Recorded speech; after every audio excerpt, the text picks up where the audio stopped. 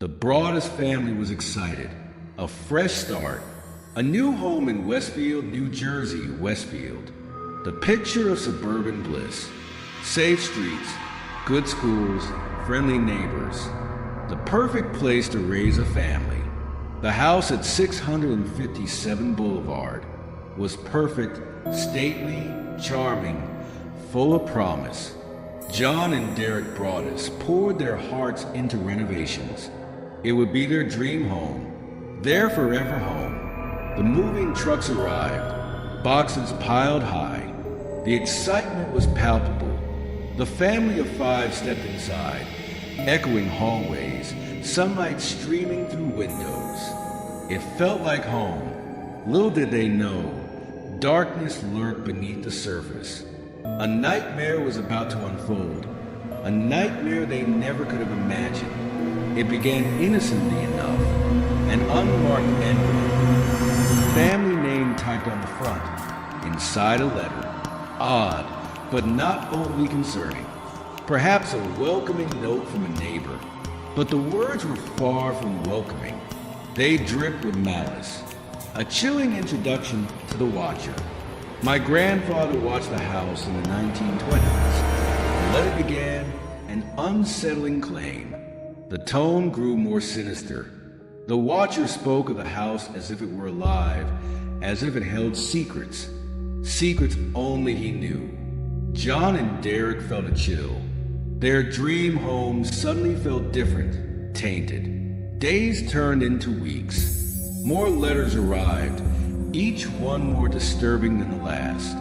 The watchers seemed to know their every move, details about their children, their routines, their deepest fears. It was as if they were being watched, every move scrutinized, every moment poisoned with fear.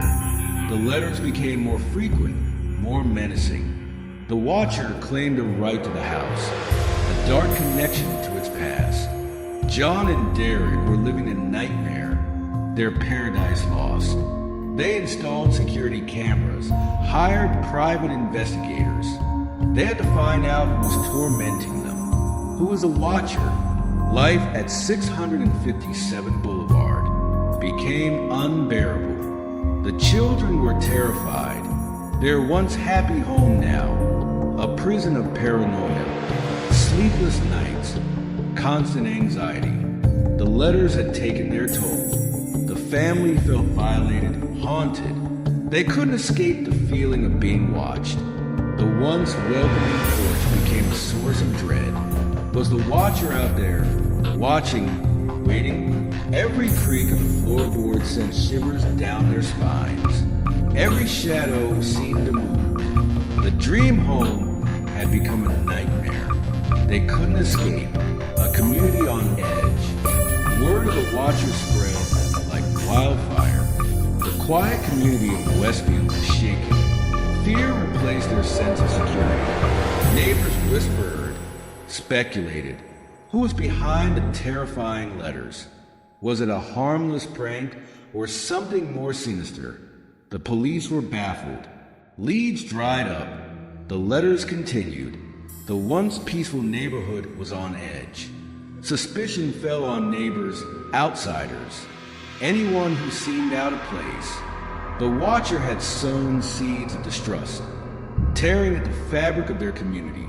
The police investigation intensified. Forensic analysis of the letters, background checks on neighbors, hours of surveillance footage reviewed.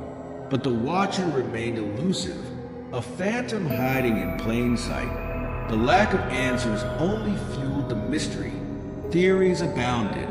Was it a disgruntled neighbor, a stalker with a vendetta, or perhaps someone with a more sinister motive? The police followed every lead, every whisper, every fleeting shadow. But the watcher always seemed to be one step ahead. Months turned into years. The letters continued sporadically, each one a chilling reminder that the watcher was still out there. The Broadus family, unable to bear the torment any longer, made the heartbreaking decision to leave 657 Boulevard. They sold the house at a loss. Their dream home turned into a financial burden. But the emotional toll was far greater. The Watcher had taken their sense of security, their peace of mind. They left 657 Boulevard, but the scars of their ordeal remained. The new owners of 657 Boulevard were aware of its history. They hoped for a fresh start, a chance to reclaim the house from the shadow of the Watcher. But the letters started again, the same chilling tone, the same unsettling claims. The Watcher was back. The nightmare continued. The new owners, like those before them, lived in fear.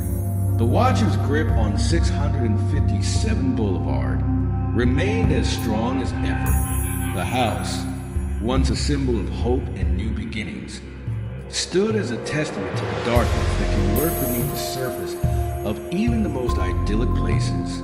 The mystery of the Watcher remains unsolved. The letters have stopped, but the questions linger. Who was the Watcher? What was their motive? And why 657 Boulevard? The answers, like the Watcher themselves, remain shrouded in shadow. The case of the Watcher serves as a chilling reminder that even in the safest of havens, darkness can lurk. And sometimes the most terrifying monsters are the ones we can't see, the ones who hide in plain sight, watching, waiting, whispering in the walls.